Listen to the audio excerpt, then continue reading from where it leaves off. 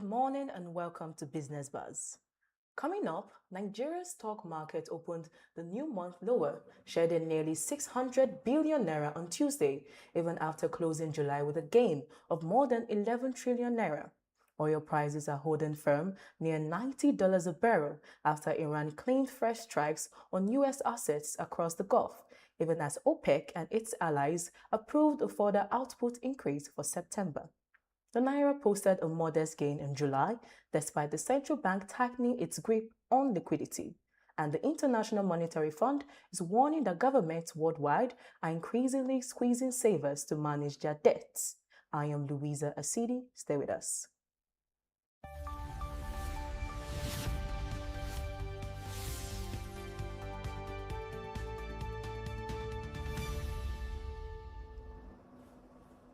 Welcome back. We begin this morning right here in Asaba, where something big is unfolding. Delta State is hosting its Economic and Investment Summit, 3 days that have drawn leaders, investors, and policymakers to our doorstep, all here to talk about one thing: the state's economic future. And the room carries real weight. The Vice President opened it. Director General of the World Trade Organization, Dr. Ngozi Okonjo-Iweala, gave the keynote speech alongside the renowned Kenyan scholar, Professor Patrick Lumumba. Also, delegations have come in from as far as China and Brazil. The goal is simple to say, but harder to do: turn Delta's roughly 17 trillion naira economy into one that no longer leans so heavily on oil, and two ideas keep coming up. The first is the state's more agenda: meaningful development, opportunities for all, realistic reforms, and enhanced peace and security. It's the governor's blueprint, and this summit is about putting real money behind it. The second is the one catching everyone's attention: the blue economy.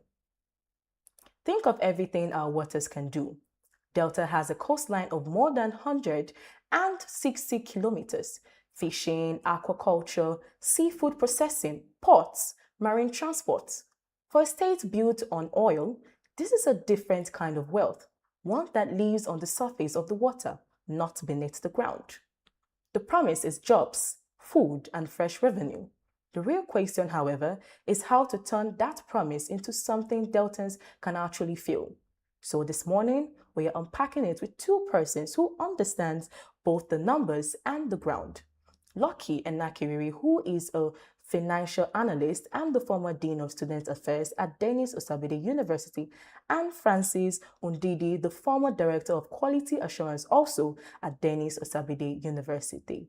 They join us to walk through the more agenda and the blue economy and what this summit could mean for everyday life across Delta. So you're welcome to the show.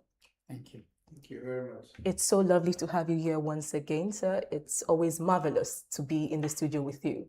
And I'm always enthusiastic to come here. Thank you, sir. And speak with us. Sir, it's the first time we're having you here with us, and it's also lovely to meet you today. It's my pleasure and honor to also be here.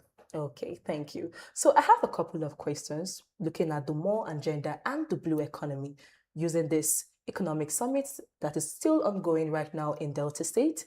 Now, how would you assess the significance of this year's Delta State Economic and Investment Summit when you look at the state's economic future? I want to say that the government has taken the right step in the right direction. First, Nigeria is a country that is largely dependent on oil. And if you look at our Delta State, we have one of our strongest factors working for us, our strength, which is the oil. And over the last couple of months or 1 year, Delta has been coming first in oil revenue from the federal government. That is our strength. But it's also one of our greatest weaknesses that we can ever envisage, that is solely depending on oil revenue. I think this is exactly the thinking of the government when they decided that, look, we need to diversify the economy. We need to take it away from over-reliance on oil and begin to look at other aspects of the economy. So this economic summit is very timely. and important for the state and its future. So, Dr. Francis, will you say that this summit is very vital at the moment? It is very important. It's an added value to what my colleague just mentioned. If you recall, in the time past, we've had phrases like Delta beyond oil. Yes, it's good we have oil. We are one of the biggest oil producing in terms of crude oil and gas. But it's important for us to also have more revenue, which is why this summit is being held. We need to earn higher revenue from other areas like the blue economy that you mentioned in your introduction, and that will give us enough revenue to take care of what the state can become one of the best states that should look like a country in the world. We have all that potential. Okay, now the summit that is still ongoing is themed Enhancing Our Strengths, Unlocking Our Potentials. Now, how well does that theme reflect Delta's current economic realities? It reflects almost everything about Delta State, and especially even around the world, because Delta has a lot of strength in terms of human capital. We have the brain everywhere. You can see when the governor even said that we exported one of our best to the World Trade Organization, the president of Dr. Okonjo-Iweala. Yes. So we have a lot of others here, very wonderful. So it's our strength, human capital. And we have a lot of potential. Unfortunately, we've not been able to explore our potential to the fullest. I think that's where this summit becomes very important, so that we can harness our strength, bring them together and say, look, we are strong in various areas and we can do that. And then we unlock our potential so that we can become a growing, the fastest growing economy in Nigeria. It's very possible. We can do that. Okay, Dr. Francis, would you also say that this theme also reflects the Delta State's economic realities? It does. It reflects in its entirety, what Delta State is. If you mention human capital development, you know what we churn out to the world, to Nigeria as a whole, in terms of sports development, in terms of sports athletes. You just heard Dr. Okonjo-Iweala mentioning somebody from Abraka who is a chief of staff in the World Trade Organization. If you go to the world, Deltans are doing greatly. And we're saying that outside even human capital, we have the resources. The waterways is providing opportunities for investors to come in and make a lot of investment in terms of fishing, aquaculture, in terms of waterways. This will bring additional revenue to the state. It will create employment. It will put food on the table. It will create export products for Delta State. And these are a lot of earnings that we can have to probably portray that theme that you have seen that the state government is doing. Okay, Dr. Francis, Yes. we've heard that the Vice President, Dr. Ngozi Okonjo-Iweala, and other global figures are part of this conversation, are part of the summit. Now, what does that level of attendance say about the importance of the summit? Okay, what you have just seen is an endorsement of what the state government is doing. It's an endorsement from the World Trade Organization. It's an endorsement from federal government. Don't forget, the federal government created a ministry called the Blue Economy, and it is because they want states to tap in. Bringing the vice president is to say, federal government, we are ready for business. So all of this discussion you are going to hear, we are bringing it before your table for you to endorse. We are bringing in private sectors. See the likes of Tony Elumelu telling us that they have the capacity to produce power that is enough for the entire household in Delta State. All we need to do is open the doors for this investment. And once this investment from those who came from Brazil, from China, are able to bring in resources, I tell you, Delta State will not be talking about being behind in terms of ranking in states. Okay. Lagos is doing just that, and we need to push further than Lagos. We need to push further than Lagos, yes. So, Dr. Lucky, Delta's economy is said to be worth roughly 17 trillion naira, yet we still lean majorly on oil. Now, what are the main risks of that dependence? It's troubling. The main risk of that dependence is that if the oil is not there, we're grounded. And I think that's the reason the state government is looking beyond the oil dependency. And then you mentioned in the blue economy. In this world today, over 3 billion people are surviving, because when we talk of blue economy, we're talking of the ocean, and we can enhance everything about ocean, water line, rivers, etc., to develop our economy. And when you look at that, over 3 billion people on Earth today are living off the blue economy. Delta State can tap on that. When you talk about roughly 70 trillion, does that really translate to reality? Because of course it's not. But the government of the day, and I see intentionality, very intentional about ensuring that the potential of Delta State is fully explored. So it's good enough that good we are enough. in this part. Yes, that's I would say is a very wonderful thing to know, that we are trying to move ahead from oil to other aspects of the economy. So now, the MORE agenda has been described as the governor's blueprint for development. So now, in practical terms, what should Deltans, ordinary citizens, ordinary Deltans, what should they expect from this MORE agenda? The MORE agenda is the governor's blueprint. He wants a situation where Delta will have an all-round development. And with the implementation of the MORE agenda, the ordinary Delta should expect their lives to be better, to be very fair and sincere with the government. If you look at the MORE agenda closely, you discover that it's a kind of blueprint that is aimed at repositioning Delta as a leading state in Nigeria, and it's a leading economy in Nigeria, and as a leading economy in the sub-Sahara. So it's important to know that. And if the government becomes intentional about it and work towards it, achieving every aspect of the MORE agenda, when you talk of the development aspect, opportunity for all Deltans, and you talk of the realistic reform that is supposed to be, and then the security for all, because when data becomes secured, we experience relatively peaceful environment.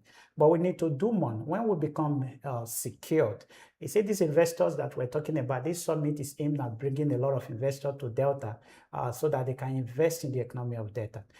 But security is paramount. So when we become secured, everybody can feel safe to do business in Delta State. And the life of the ordinary Delta will be heavily transformed. Take a very good example. One of those who were panelists in the summit as at yesterday said he came from the north. And when he got here, he found out that there are opportunities in Delta. And he has been here for 16 years. He has remained here.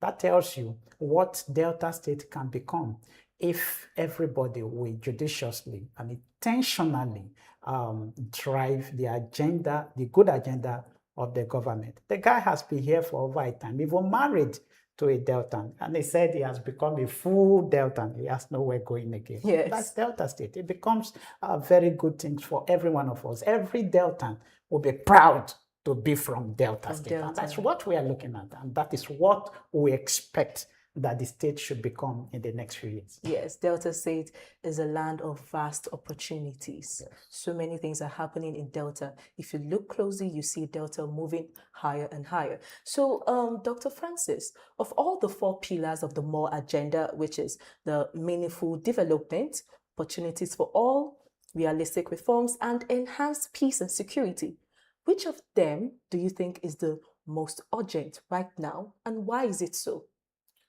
Well, you would have said I should pick from those options, but I think all of them are important. Okay. But let me state this very clearly. Without peace, even when you have all the development, you can never enjoy the development. But I tell you, meaningful development translates to a lot of meaningful impact in terms of the economy, in terms of peace in the state, job opportunities. By the time the governor is an actionable governor. If you see him, once he wants things done, he actions them. He's not the one who is thinking about the protocol, the bureaucracies of government. He cut all of those bureaucracies to have this agenda achieved. And that's why you are seeing what you are seeing today in Delta State. But I tell you, we need more insecurity. I tell you, you can see what some few states are doing, like Enugu State, where you have virtually everywhere cameraed. And in such scenario, we need to replicate that in the state. Yes, our own state is quite large. You may not be able to achieve all of that. That's what we're talking about, additional revenue to be able to cater for some of these needs. But the governor, in terms of human capacity, is building in a lot. And that's why you're seeing even some of our wards are competing, even at international level, and they are winning, coming back with medals. So all of it are important for the state. So the governor needs to achieve all of this agenda that he has placed before Deltans. Okay, so no pillar it's more important than the other because they all work hand in hand. Yes. Without peace or security, you can't have development. Without giving opportunity to everyone to work, Exactly. you can't develop anything. So everything is very important. Okay, the summit appears to be about putting real money behind the more agenda. Now, what kind of investment priorities should Delta be pursuing to make sure that happens? Let me say something Okay. clearly. The business of governance is not the business of doing businesses. The business of governance is providing a conducive environment for businesses to thrive. You see in the summit, the governor said he was investing $100 million, the risk investment. That is to say, or to tell investors that, look, we are giving you a kind of security, financial security for you to come in. We are guaranteeing you, say, look, it's a good place for you to come into. That's the business of governance. Once we make the conducive environment available, people, business people, organizations all over the world should be able to come in reliably and do business. So when you talk of the type of business that is to be done, no, the government should do what they need to do. And that's, I think they are working in the right direction. But this is a summit. We need to begin to talk of actioning whatever outcome that is reached in the summit. I'll be very honest that in Nigeria and in Africa, in this part of the world, we're not bereaved of ideas. We have them in abundance. Even the laws are beautifully drafted, but implementation is a problem. That's why I would call on the government of Delta State that this beautiful economic and investment summit that is ongoing, very attractive, very wonderful. And very soon, I think another one is coming up in Port Harcourt that has to do with the region. The government, the governor, an action governor should put modality in place immediately for the implementation of whatever idea that's come out of this summit. That way, we can be sure that Delta State is on the right path. Okay, so now let's talk about the blue economy. You have been talking about the blue economy, Dr. Francis. Now, when people hear that term, blue economy, what does it actually mean?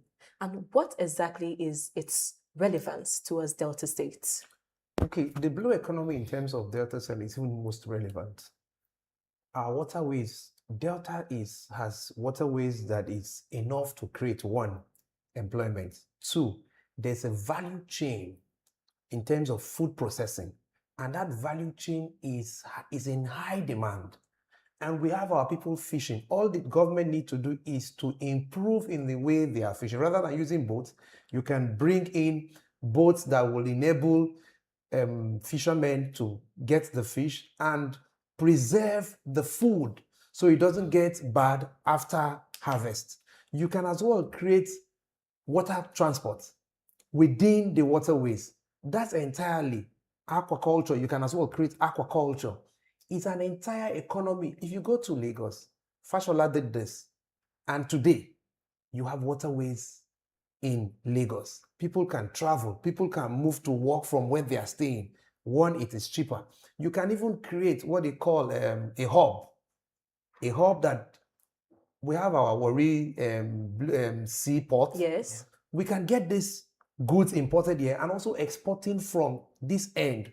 When you do that, it has created a lot of investment within that value chain of the riverine area. And that's what we're looking at in terms of blue economy. And all of this is an additional revenue to the states. Yes. Let me add something to what my colleague has just said. Delta State has about 4 seaports. Yes. We have in the Cocoa, Saple, Warri, Escravo, and what is the name of the other one? Now, we can do a lot with this if the government becomes intentional and develop this seaport. I know the bureaucracy, especially with the federal government and all of that, but I trust the action governor to be able to work that out. But there's something that is worthy of note. He mentioned the food, value chain. Yes. You see, Nigeria spends last year, I think, about $1 billion in importing fish to the nation. And the question to ask ourselves is that, where does data come in terms of coming into this value chain and taking some of this money to the state? We can do that. We're surrounded by water, the sea, the ocean. So data is so blessed with aquatic body that we can decide to say, okay, let's leverage on new technology, new ways of doing things, and produce a lot of fish for this country to consume. When we do that, we reduce the importation of this item, and that $1 billion US dollars can come into Delta State. And we begin that will help us to grow our economy. We become better and better. Additionally, the villages in Delta State, you see, some of them are connected through the waters. Yes. I mentioned something. We can do this kind of state through the water, connecting the cities, the villages, the rural area. And then people move through those means of transportation and lessen the pressure on the road. We can do that, and we can succeed with it. We can also have this creation of having to ship servicing in Delta State. So you come, we train our people in it. And that is why when we talk of opportunities for all Delta, we can train our people in the maintenance of ships. So they come in, we maintain them, we have the river.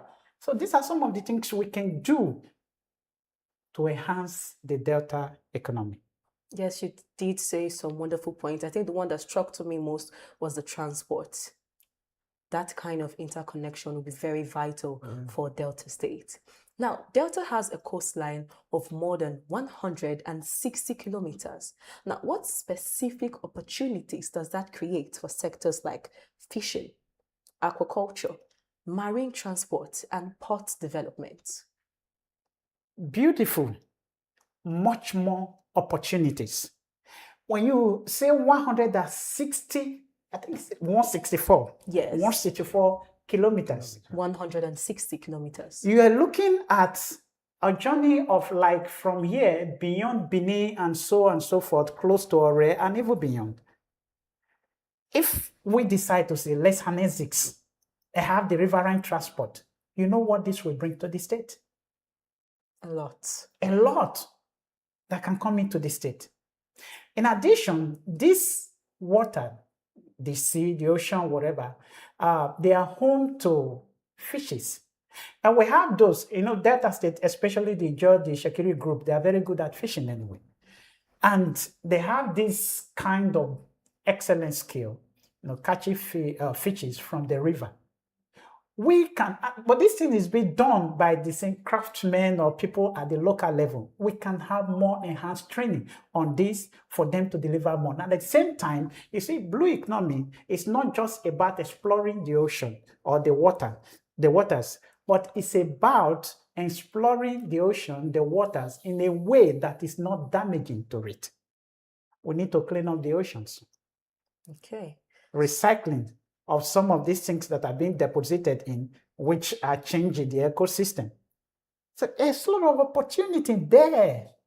And we talk of the food that we get from there.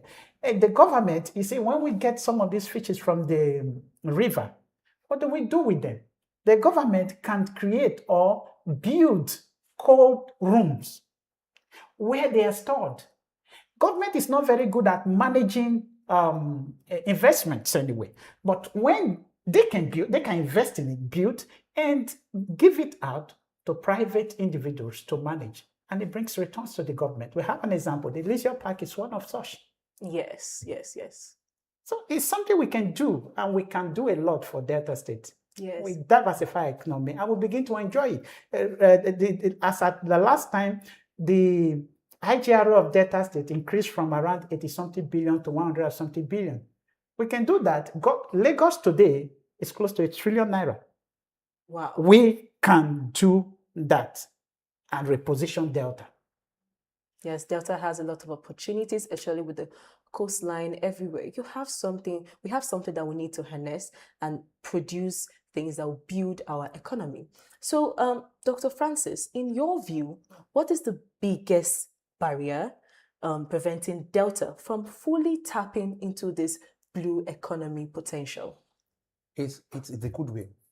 It's a goodwill of government. If the governor today, like he has just done, he has decided that, okay, let's open up the opportunities. Let's tap into all the investments that is existing in Delta.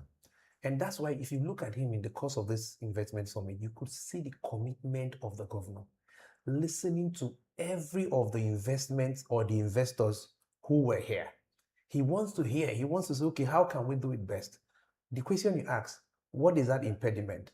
That is that goodwill which the governor is now. The only thing probably you could say is, after the summit, what happens next?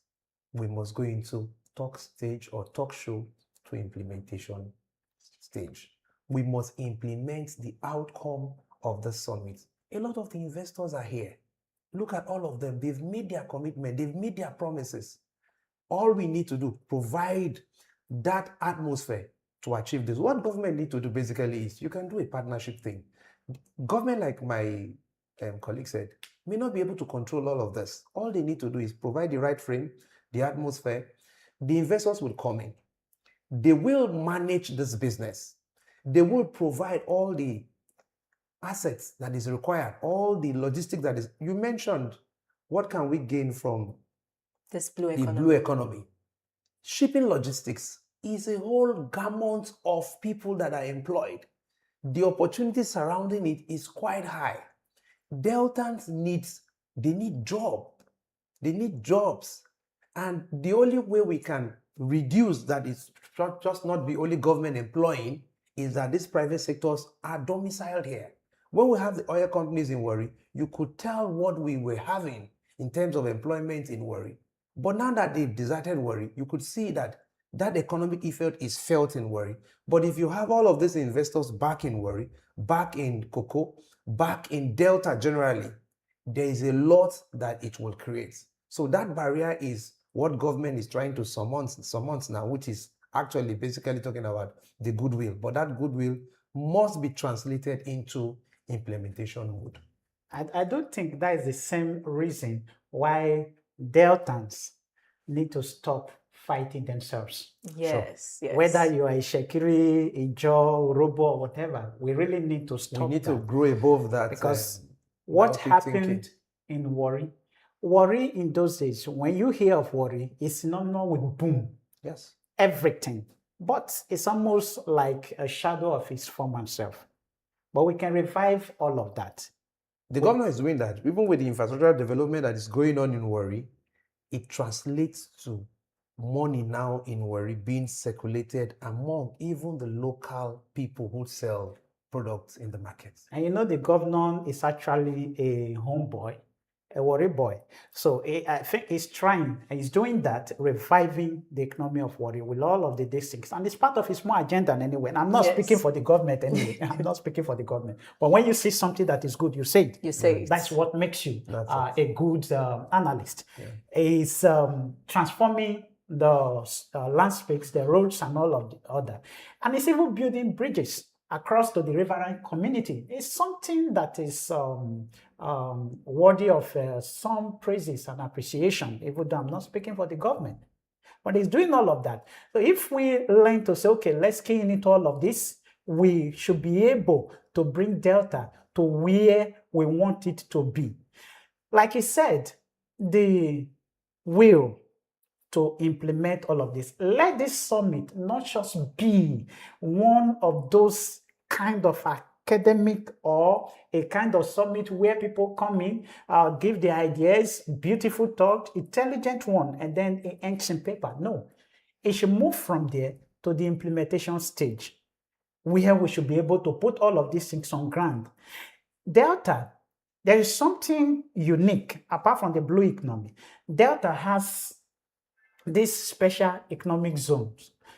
I think one is in Kwale, Okay. and the other one is in Koko or something like that. For years, this, It's been a trade-free zone. you know, but these Yes. special nothing zones happened, yeah. have been there. But what meaningful development have come into that zone? That's why we're saying it should not end at the talking stage, but it should move from the talking stage to the implementation stage. You can see Lekki free trade zone, yeah. how fast it's growing. We can replicate that here. Okay. So, Dr. Lucky, in your view, what role should the private sector play in driving the success of both the more agenda and the blue economy in Delta? The private sector, you and I, everyone, we have a very big role. The truth is that government cannot reliably run businesses. It is the business of the private sector. The private sector needs to begin to trust the government. To say that, thank God we have somebody who says, I'm an action man and is doing according to what he has said. We need to trust the government to say, okay, this government says we'll give you everything you need, the environment for you to come and do business. We need to have that trust. Because you see, one of the major reasons why businesses in the world experience what we call the up and down. If you look at the oil today, is going up and down. It's because of trust. If we trust that whatever investment we are putting into this state is safe and guaranteed, people will come in and put that investment. So we need to trust, and at the same time, we need to back up our trust with action by coming to invest. All Deltans everywhere, we need to return back and make our investment, no matter how small. We need to tap into the economy. We have various aspects of the economy that we can tap into. Even you and I, as a person, as people, we need to do our own little one. If we learn to feed ourselves, we learn to feed the state, we learn to feed the nation, we begin to see the change. Okay. So, beyond this summit, what should be the immediate next steps if Delta truly wants to diversify away from oil? Simple to me. Let the government immediately inaugurate a kind of the number of committee to drive whatever idea that is behind the summit. Okay. If we drive it, we'll see the result. We'll drive it, we'll see the result. And it begins to yield fruit. Okay. So, Dr. Francis, would you say, looking at the big picture, would you say this summit will be a success rate for Delta? It is already, because we're already having investors making a lot of commitments. All they needed from government is government guarantee. Government is guaranteeing these investors that when you come in, we're able to assure you that the risk you're putting in can be mitigated just when you run shortfall. But the only thing I would beg government to do is set up an implementation project team and be sure that the necessary infrastructure needed by these investors are provided. The moment government provides those required or necessary investors, the market is open enough for us to begin to implement. And I tell you, there is a long chain of gains as regards this investment we're having. It's a long chain of gains. If we begin to list all of this, we would not live here. But I bet you if we continue on this thread, there's a lot that we can achieve in Delta State. Okay, so Dr. Lucky, would you also say this summit will bring a success rate to the average Deltan? It's already very successful. Okay. When you look at the caliber of speeches that are coming out, or the panels, what they discussed, and what they are still discussing, you know that it's a very successful summit. Without that. And I watched carefully at the speech of Dr. Ewela. Okay. Of course, you know, the person of the caliber of Dr. Ewela is not swayed by just politics. She said she saw it, she believed in it. So she didn't just come here because she's just from Delta State. No, it's because she saw something from this kind of summit. And that's why she came. And she even extended that we can tap from one of these organizations that fund that was created. Okay. So this summit is already very successful. But like we said, we cannot overemphasize this. The government must take immediate steps to ensure implementation. Okay. That is when we begin to see the benefits. Okay, thank you so much, Dr. Lucky and Dr. Francis, for your time today. It's been lovely having you here. So we'll go on a short break. When we return, more Business Buzz.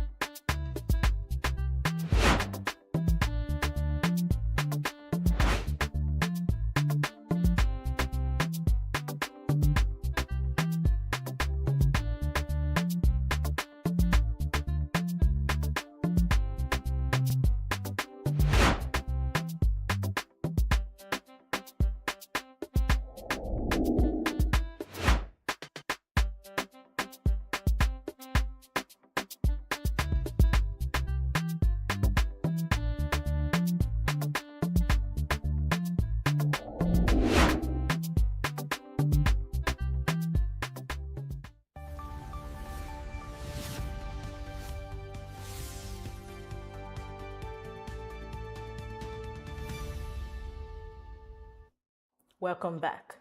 The Nigerian exchange started the week on the back foot, sleeping on Tuesday. The oil share index shed 927 points, a decline of 0.38% to close at 244,802 points, while market capitalization fell by 599 billion naira to 158 trillion naira. AVA Capital led the gainers up nearly 10% to 9 naira 95 kobo, with NREIT and livestock's feeds close behind. While Living Trust Mortgage Bank pays the losers down 10% to 3 naira 42 kobo. Now to Nigeria's equities market, where July held a broad and upbeat picture. Nigeria's equities market delivered a standout July, adding roughly 11 trillion naira in investor wealth. The all-share index climbed nearly 7% for the month, lifting total market capitalization above 158 trillion naira, driven largely by a surge in banking stocks. The banking index alone gained 22%, with First Holding Company more than doubling in value as investors position ahead of recapitalization and stronger corporate earnings. With half-year results season still unfolding, analysts expect that momentum to shape trading sentiment well into August. Moving on to the global oil market, Brent crude is holding just over $84 a barrel after Iran claimed it had expanded military strikes against U.S. assets in Bahrain and Kuwait. The U.S. benchmark West Texas Intermediate slipped to around $80.85, with both benchmarks on track for strong monthly gains. The Middle East accounts for roughly one-third of the world's seaborne crude exports, so any prolonged disruption threatens to keep global energy costs elevated, Nigeria included. Analysts note that every improvement in shipping through the Strait of Hormuz has triggered profit-taking, but the geopolitical risk remains firmly built into prices. Meanwhile, even as tensions simmer, the productions group is still pressing ahead with its own plan. OPEC and its allies have approved a further increase in oil production quotas for September, adding 188,000 barrels a day, the fourth increase in a row. The decision, agreed by key members including Saudi Arabia and Russia, continues the group's gradual unwinding of the supply cuts introduced back in 2023, with output expected to hold steady for the rest of the year after this increase. For Nigeria, the timing is notable. The country pumped 1.56 million barrels a day in June, its highest output since April 2020, and has now exceeded its OPEC quota for a second straight month. That improved output has already lifted NNPC's profits to 535 billion naira in June, up nearly 16% from the month before. Now, moving on to the central bank. The Central Bank of Nigeria mopped up 7 trillion naira from the financial system in July, but changed its approach in doing so. Rather than running frequent auctions, as it did in June, the Apex Bank held just 3 sales in July, with the largest single auction pulling in 3.5 trillion naira alone. The shift signals continued determination to tighten liquidity and manage inflation expectations, even as calls for easing grow louder. Combined with June and July's figures, this year's total sterilization has now passed 50 trillion naira, underlining how central these operations have become to monetary policy. That tightening is also showing up in the Treasury bill market as investors poured more than 3.5 trillion naira in bids into the central bank's latest Treasury bill auction.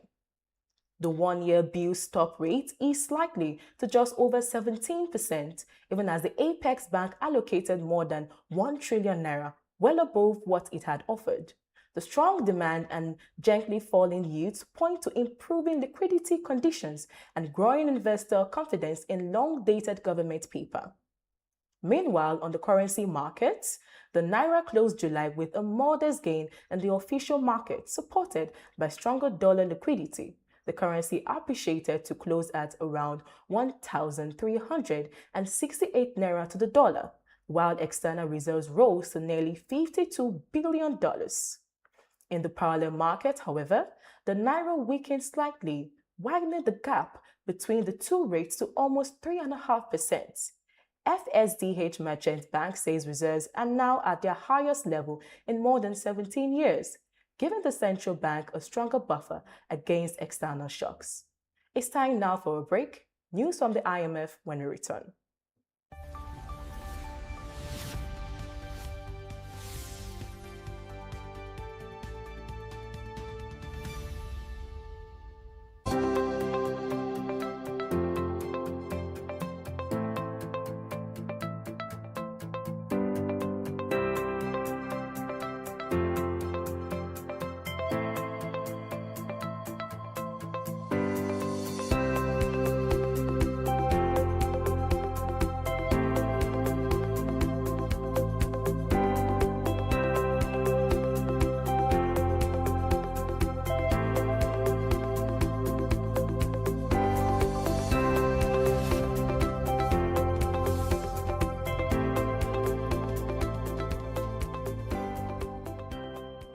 Welcome back. Turning now to the global economy, the International Monetary Fund is warning that financial repression, where governments push private savings into public debt, has reached its highest level in decades. In a new working paper, the fund said the trend has intensified since the global financial crisis as governments struggle to reduce debt through conventional means. For Nigeria, where public debt stood at over 159 trillion naira at the end of last year, the findings raise fresh questions about the trade-offs of the central bank's tightening cycle. The fund cautions that continued reliance on such measures could weigh on private investment and long-term growth. That debt pressure is playing out alongside a fresh squeeze on household budgets as Nigeria's food inflation climbed to 17.5% in June. This is the fifth straight monthly increase, with edible oil recording the sharpest price gains among tracked household goods. Month on month, food inflation rose sharply, jumping from around 3% to nearly 4%, even as headline inflation held broadly steady at just under 16%. Economists say the pressure is structural rather than monetary, driven by insecurity in farming areas, high transport and logistics costs, and rising fertilizer prices, and are calling on the central bank to hold its current policy stance rather than tightening further. Urban inflation is running even hotter than the national average, a trend analysts link partly to displacement from rural communities affected by insecurity. This is all we have for you today on Business Buzz. Thank you for watching.